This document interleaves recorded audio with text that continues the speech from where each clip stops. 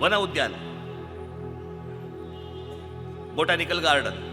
मग आता ज्या वेळेला सत्ता हातामध्ये आल्यावरती मी एक त्याचा आराखडा तयार केला. मी काही माझ्या मित्रांशी, काही सहकाऱ्यांशी मी बोललो आणि त्याच्यातनं तो आराखडा तयार केला. तो आराखडा घेऊन मी रतन टाटा साहेबांच्याकडे गेलो आणि त्यांना सांगितलं, म्हटलं मला असं असं एक बोटॅनिकल गार्डन करायचं आहे, आपण मदत कराल का?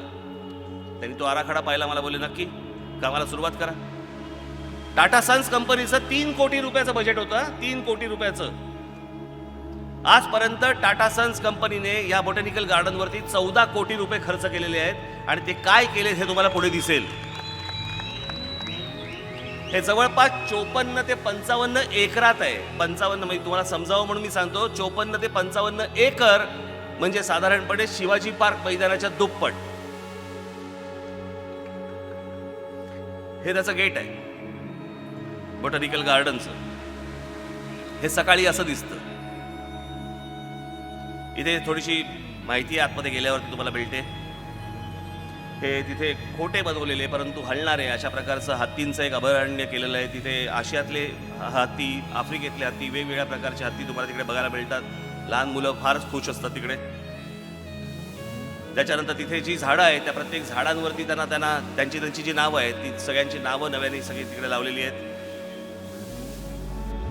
हे आंतरराष्ट्रीय दर्जाचा तिथे आपण एक लेझर शो केलेला आहे. त्या लेझर शो मध्ये मी परत तुम्हाला सांगतो, अशा प्रकारचा लेझर शो जिथे झाडं ही तुमच्याशी बोलतात आणि एक 20 मिनिटाचा तिथे एक शो आहे, लेझर शो.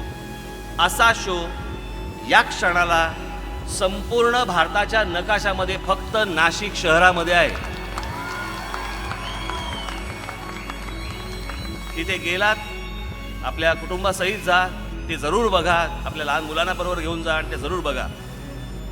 ही ती सगळी झाडं आहेत जी एकमेकांशी, आपल्याशी सगळ्यांशी बोलतात आणि झाडं तोडू नये, तोडू नका याच्यासाठी म्हणूनचा तो एक 20 मिनिटाचा शो आहे.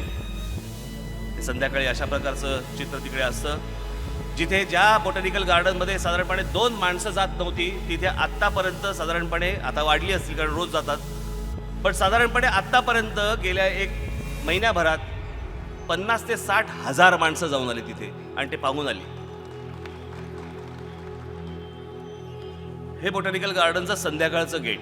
तेच गेट जे मगाशी तुम्ही बघितलं ते संध्याकाळी असं दिसतं.